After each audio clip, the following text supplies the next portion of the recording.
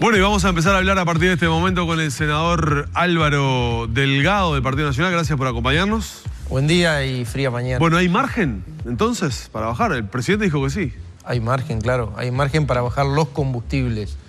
Pero, ¿y si cómo es posible que se puedan bajar los combustibles cuando en realidad, digo, ha sido admitido por el Poder Ejecutivo, por el Ministro de Economía, Daniel Astori, que se está haciendo caja en realidad para recomponer una situación de déficit fiscal importante y sobre todo las arcas públicas, en este caso ANCAP? Está bien, pero a mí no me interesa que ANCAP pierda plata. A mí me interesa que ANCAP esté equilibrada y sea eficiente en su gestión. Lo que pasa es que venimos de una situación escandalosa. ANCAP es una empresa estatal, es monopólica, tiene precio administrado, con récord de venta de combustibles y hasta el 2014 una expansión económica. Aún así tuvo un déficit acumulado, 800 millones de dólares. La verdad que hay que hacer mucha fuerza para que eso ocurra. Bueno, tan es así que el gobierno tuvo que capitalizarla en 620 millones de dólares. Vino una partida del fondo del Banco Andino de Fomento de 200 y pico millones de dólares. Y los uruguayos, todos los uruguayos, el año pasado, 2016, pusimos de más en ANCAP 160 millones de dólares. ¿Eso se podía haber traducido a baja de combustible? Y ahí va la primer propuesta que tiene que ver, porque estas propuestas son serias, son fundamentadas, cada una tiene sus costos, sí, está establecido, y llegan a una propuesta que permite rebajar las naftas casi en un 6%, en un 6 pesos, perdón, y el gasoil casi en 8 pesos. La primera regla tiene que ver con acompañar el proceso internacional de los principales insumos para producir combustibles con el precio de los combustibles. Y voy a poner un ejemplo. En octubre del 2015, que fue la última vez que corrigieron la paramétrica de ANCAP, habían puesto un petróleo a $50.25 como referencia a ANCAP, que lo toma para definir el precio de los combustibles, y un dólar a 29.60. Son las dos variables que hacen el 80% del precio de los combustibles previo impuestos. 2 meses después, el petróleo no estaba a 50, estaba a menos de $30 el barril. Durante todo el 2016, con el petróleo por debajo, no tocaron los combustibles. Claro. Eso significó, por lo menos, yo tengo algunos datos que son un poco más, pero por lo menos 160 millones de dólares adicionales de recaudación extra ANCAP.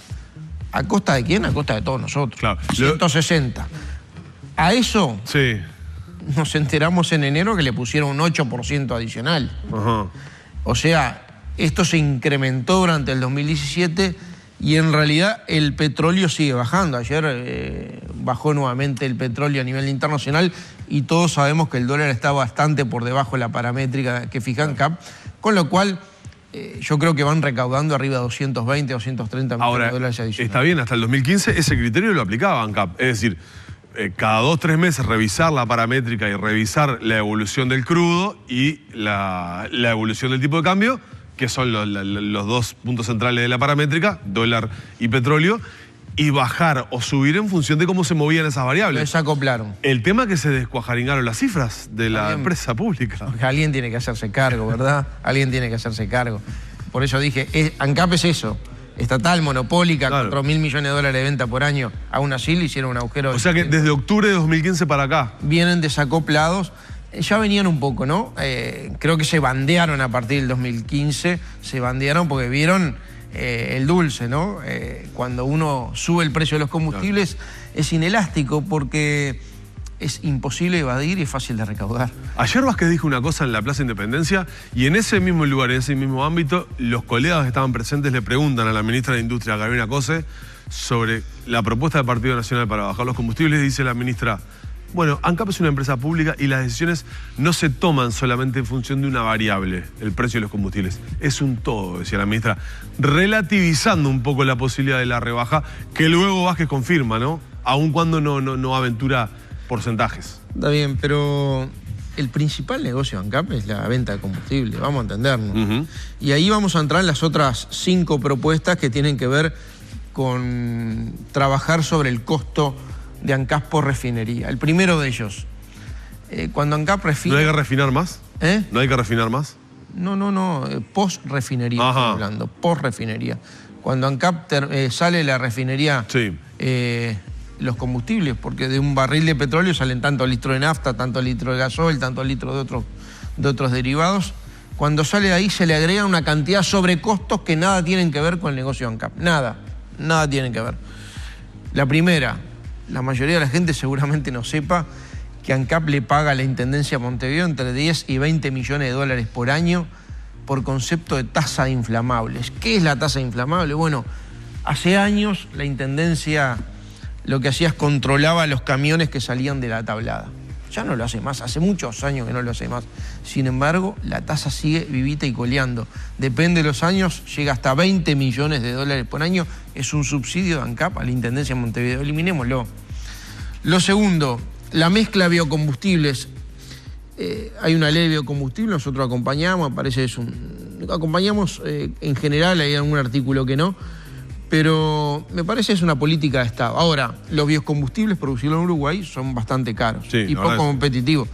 Valen el doble que traerlos de Argentina, por ejemplo. Yo no estoy proponiendo importando, estoy proponiendo bajar la mezcla al mínimo previsto por la ley. Al mínimo previsto por la ley, 5%. ¿Y hoy en cuánto estamos? En algunos casos 9%. Eso va a permitir... Reduciría un poco el... Eso va a permitir que siga la cadena para atrás productiva, que hay que ajustar algunos niveles, pero va a permitir un ahorro de 32 millones de dólares extra vinculado a la mezcla de biocombustibles. Estamos proponiendo, además, un tema impositivo que nos parece importante. ANCAP tiene, mejor dicho, los combustibles tienen 12 tipos de impuestos. El IMESI, en algunos casos, es 45% de su valor, 45% de su valor. E IVA. ¿Por qué tiene IVA el gasoil? Porque en el 2007 nosotros presentamos un proyecto de ley que se aprobó por unanimidad y cambiaba IMESI por IVA. Antes tenía IMESI gasoil y le pusimos IVA. Porque el IVA es deducible contablemente. Sí. ¿Qué es lo que pasó después? El Poder Ejecutivo, que aprobó el proyecto, después topeó la capacidad de deducción del IVA del gasoil. ¿A qué sectores? Al agro, la industria y el transporte, los grandes consumidores de gasoil productivo. Nosotros estamos proponiendo liberar los topes y permitir anticipos o balances cuatrimestrales, como es el anticipo del IRAE, para no tener que esperar al final del ejercicio para ver las deducciones, y no todo el mundo tiene, todas las empresas, espalda financiera. Eso le va a permitir mejorar también la ecuación del costo del gasoil por la vía de deducción del IVA al sector, del IVA del gasoil al sector productivo. Sacar otros sobrecostos que están adentro del precio de los combustibles, adentro del surtidor, que poco tienen que ver con el precio del combustible. Y estamos planteando, en este caso del grupo ANCAP, que hacía referencia a la ministra, la mayoría de las empresas colaterales, sociedades anónimas de propiedad estatal, que ahora están... Bueno, ahora estamos discutiendo en un proyecto de ley nuestro en Comisión de Hacienda, controlarlas diferente. Era un estado paralelo, es un estado paralelo.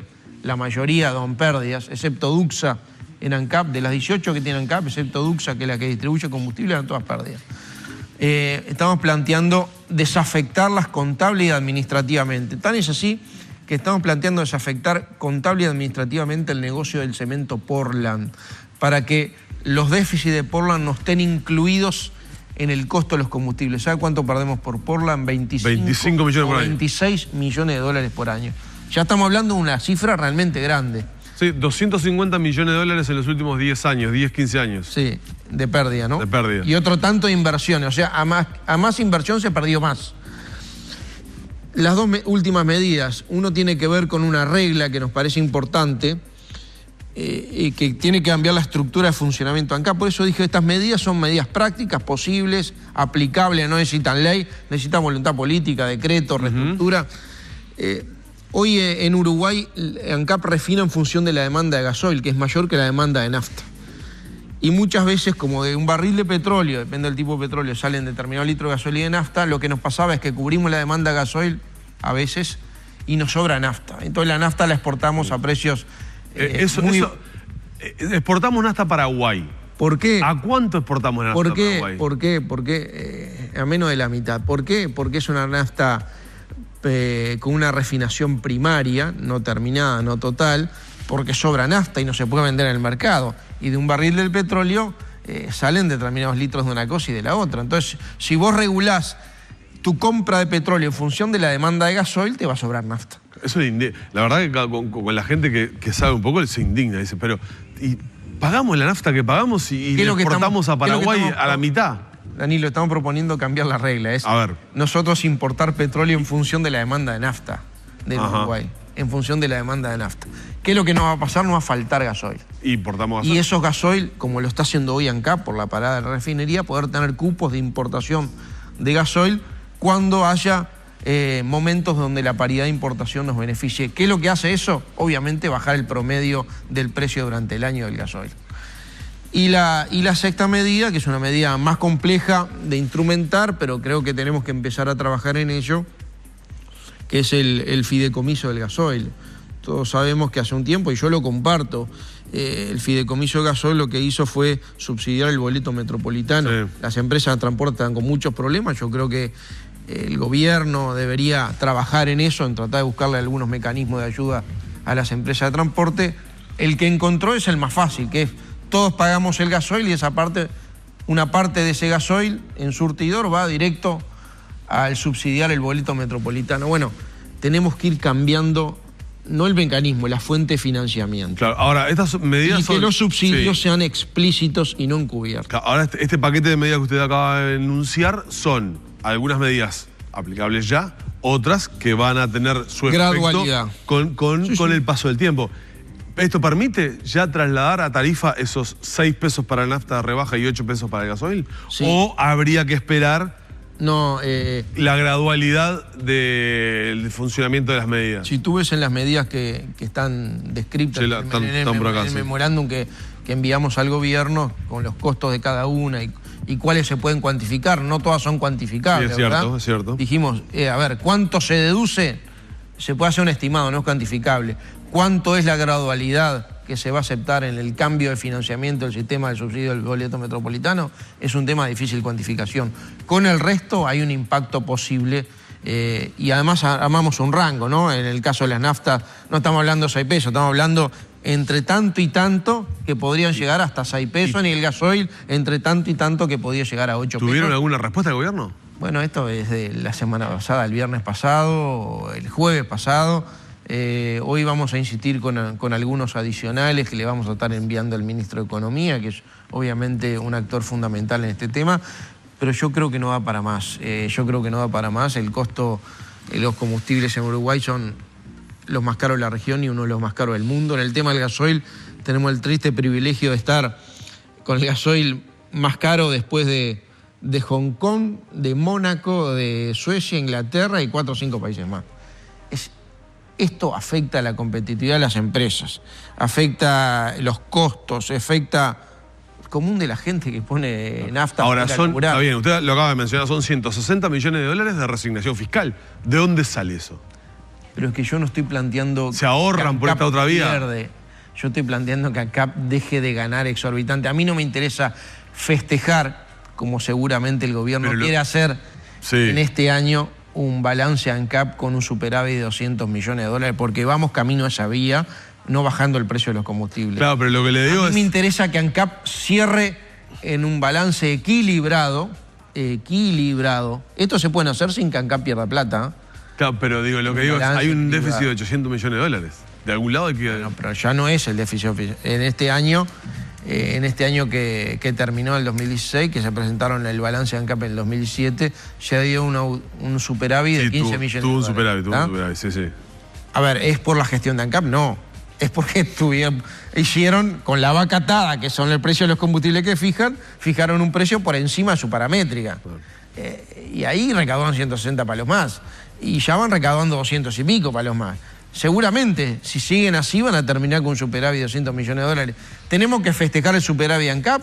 ¿O tenemos que tratar de que ANCAP traslade una situación diferente y una oportunidad con la baja del petróleo y con un dólar planchado que se los traslade a los combustibles, que es el corazón del negocio de la empresa? Lo demás son laterales. Vamos a esperar los anuncios y a ver si están un poco en línea con la propuesta del Partido Nacional. Entonces, ojalá. Lo liberamos porque ahora son 8:35. Ahora a las 9 va a estar participando en una actividad en el PIT-CNT junto a otros partidos políticos. Una cosa bastante novedosa acá en la central. La verdad, yo creo que lo valoré mucho, ¿no? Yo tengo mucho vínculo con la central sindical.